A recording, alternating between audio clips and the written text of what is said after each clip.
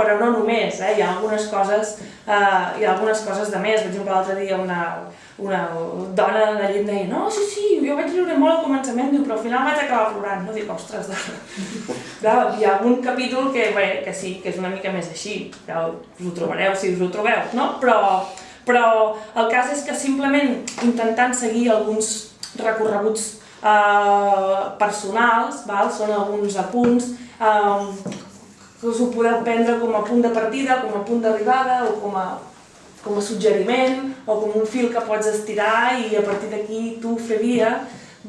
I des d'aquesta doble mirada de principatina instal·lada a València, que encara hi ha moltes coses que em sobten, clar, jo per aquí al mig també ho explico, clar, jo soc barcelonina amb arrels a Girona, vull dir que jo tinc una tieta que no fa petons, per dir-ho en una imatge, no fa petons i no suporta que la gent se li acosti, i jo no soc tant com la meva tieta, però bastant, aquí diguem-ne, no, però ara ja no, però això de l'espai vital el tenim molt això, i arribes allà i dius, xica, hola, com estàs? I tu fas, escolta, no com la Merkel, que deia l'altre, no ens han presentat, vull dir, bé, aquest punt de principatina que encara em queda, que encara se'n riuen de mi moltes vegades, que a vegades em diuen, ja t'estàs valencianitzant, però no tant, doncs, però alhora també el punt de sudista que tens de viure allà i a vegades mires cap aquí i et desesperes del silenci terrible que hi trobes,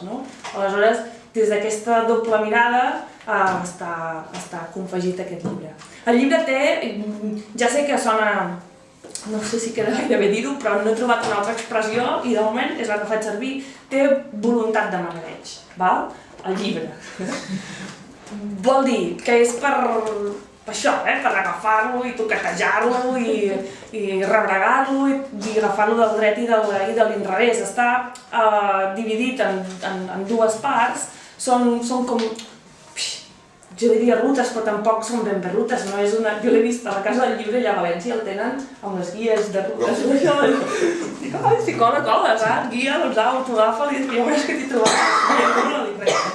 I els que van venent, perquè cada vegada està bé, doncs allà està bé, després que es queixi. Però diguem-ne que hi ha la primera part que segueix el calendari, per exemple, tens el gener, ara vindrà el gener, diu, ai, què fem?